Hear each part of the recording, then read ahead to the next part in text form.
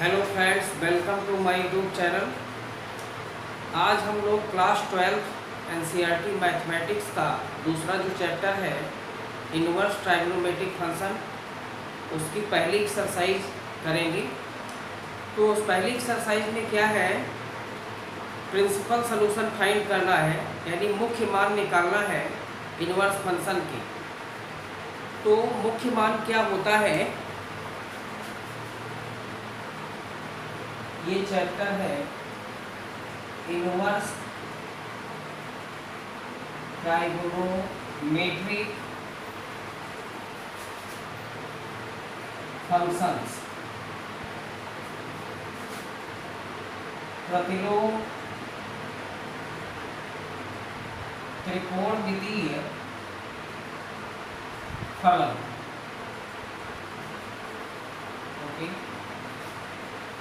तो inverse trigonometric function क्या होते हैं? जो ट्राइगोनोमेट्रिक फंक्शन होते हैं उसका जो इनवर्स फंक्शन होता है, इनवर्स का मतलब उसका व्युत्क्रम, उसको इनवर्स ट्राइगोनोमेट्रिक फंक्शन कहते हैं। फॉर एन एग्जाम्पल, साइन का इनवर्स फंक्शन क्या होगा? साइन इनवर्स होगा। कॉस का कॉस इनवर्स होगा। इस तरह से होते हैं। तो सबसे पहले इसमें पहली एक्सरसाइज में क्या है, जो एक्सरसाइज 2.1 है, इसमें क्या है, प्रिंसिपल सॉल्यूशन है, मुख्य मान। तो उनके लिए आपको थोड़ा ये जानना पड़ेगा कि क्या होता है। कुछ बेसिक फार्मूले हैं। Sine inverse of minus x बराबर क्या होता है? Minus sine inverse x. ऐसे ही tan inverse of minus x बराबर माइनस tan इनवर्स एक्स होगा, और cosec इनवर्स माइनस एक्स बराबर माइनस cosec इनवर्स एक्स होगा। तो ये होगा। अब और भी है, ऐसे ही cos inverse of minus x है, तो इसका हो जाता है pi minus cos inverse x. Okay, ऐसे ही cot inverse of minus x है, तो क्या हो जाएगा इसका? Pi minus cot inverse x. Okay, और नेक्स्ट है sec inverse of minus x, तो pi minus sec inverse x. तो यहाँ क्या है, sine inverse minus x, tan inverse minus x और cosec इनवर्स माइनस एक्स में माइनस बाहर आ जाता है, यहाँ पर प्लस एक्स रह जाता है अभी। और cos, cot और sec इनवर्स माइनस एक्स में क्या होता है? पाई माइनस ये हो जाता है, माइनस ही हट जाता है, pi minus cos inverse x, pi minus cot inverse x, pi minus sec inverse x हो जाता है। तो इस तरह से तो मुख्य मान क्या होते हैं? मुख्य मान यानी प्रिंसिपल वैल्यू, वैल्यू क्या होती है? थीटा की वैल्यू जो है वो 0 से बड़ी या 0 के बराबर और 2 पाई से छोटी होती है। प्रिंसिपल वैल्यू क्या होगी? 0 और 2 पाई के बीच की होगी, यानी 2 पाई से छोटी होगी और 0 से बड़ी या 0 के बराबर होगी। It means theta is greater than or equals to 0 and less than 2 pi. ये तो ये थीटा जो होती है, ये क्या होती है? यही मुख्य मान होती है, यही प्रिंसिपल वैल्यू होती है। तो चलो एक्सरसाइज में आते हैं। एनसीईआरटी की एक्सरसाइज है, एक्सरसाइज 2.1। तो ये अभी यूज किए जाएंगे जो यहाँ पर बताए गए हैं।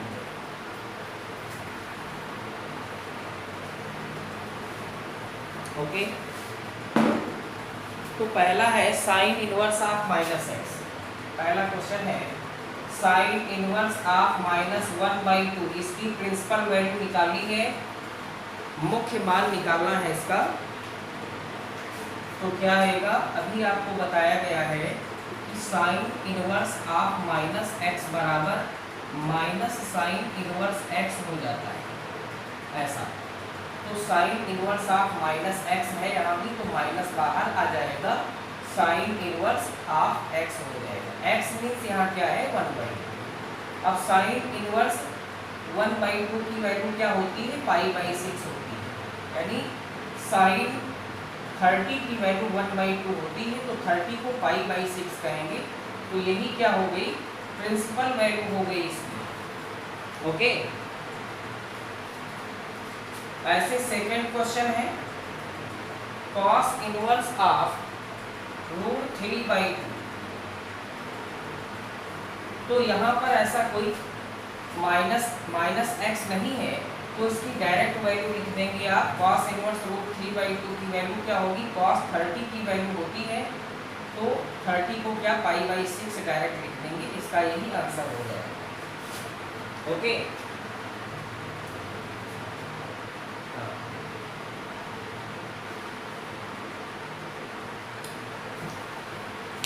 अब ऐसे ही कॉसेक इनवर्स 2 है, उसकी भी डायरेक्ट वैल्यू हो जाएगी। नेक्स्ट क्वेश्चन है, कॉसेक इनवर्स 2 की डायरेक्ट वैल्यू क्या हो जाएगी, भाई कॉसेक में 2 किसकी वैल्यू होती है, कॉसेक 30 की होती है, तो π/6 इसका भी डायरेक्ट आंसर हो जाएगा।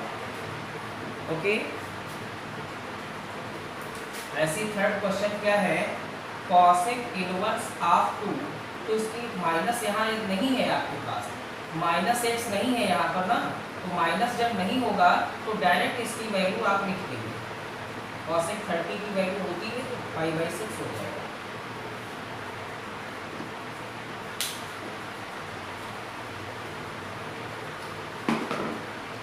फोर्थ क्वेश्चन है इसका, इसी एक्सरसाइज का, tan inverse of -√3, tan inverse of -√3। तो यहाँ पर भी अभी आपको बताया गया कि tan इनवर्स ऑफ -x क्या होता है, -tan इनवर्स x हो जाता है। तो माइनस बाहर ले आएंगे यहाँ से, और tan इनवर्स x हो जाएगा। x मीन्स √3 है, तो -√3 किसकी वैल्यू होती है tan में, tan 60 की होती है, उसको π/3 लिखेंगे, तो इसका ये मुख्य मान हो जाएगा, यानी प्रिंसिपल वैल्यू हो जाएगी। ओके, तो ये प्रिंसिपल वैल्यू हो गई।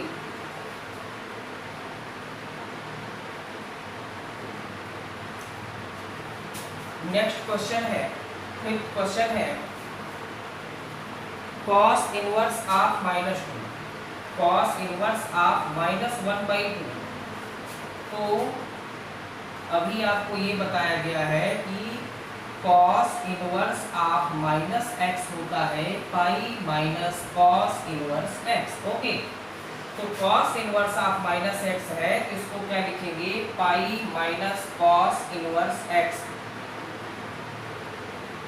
π-cos इनवर्स 1/2 की वैल्यू होती है π/3, यानी cos 60 की वैल्यू होती है 1/2, तो इसको π/3 लिखेंगे। फिर इसको सॉल्व करेंगे, 3π - π, तो ये आ जाएगी वैल्यू 2π/3। ओके, तो प्रिंसिपल वैल्यूज इस तरह से निकालेंगे आप, जो आपको बताया गया।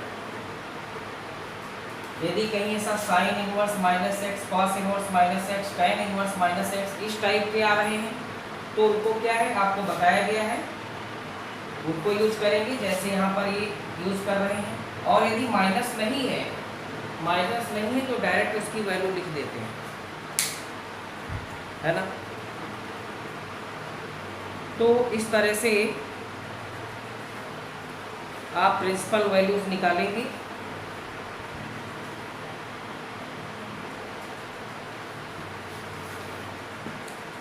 अब नेक्स्ट क्वेश्चन ले लेते हैं इसी एक्सरसाइज का।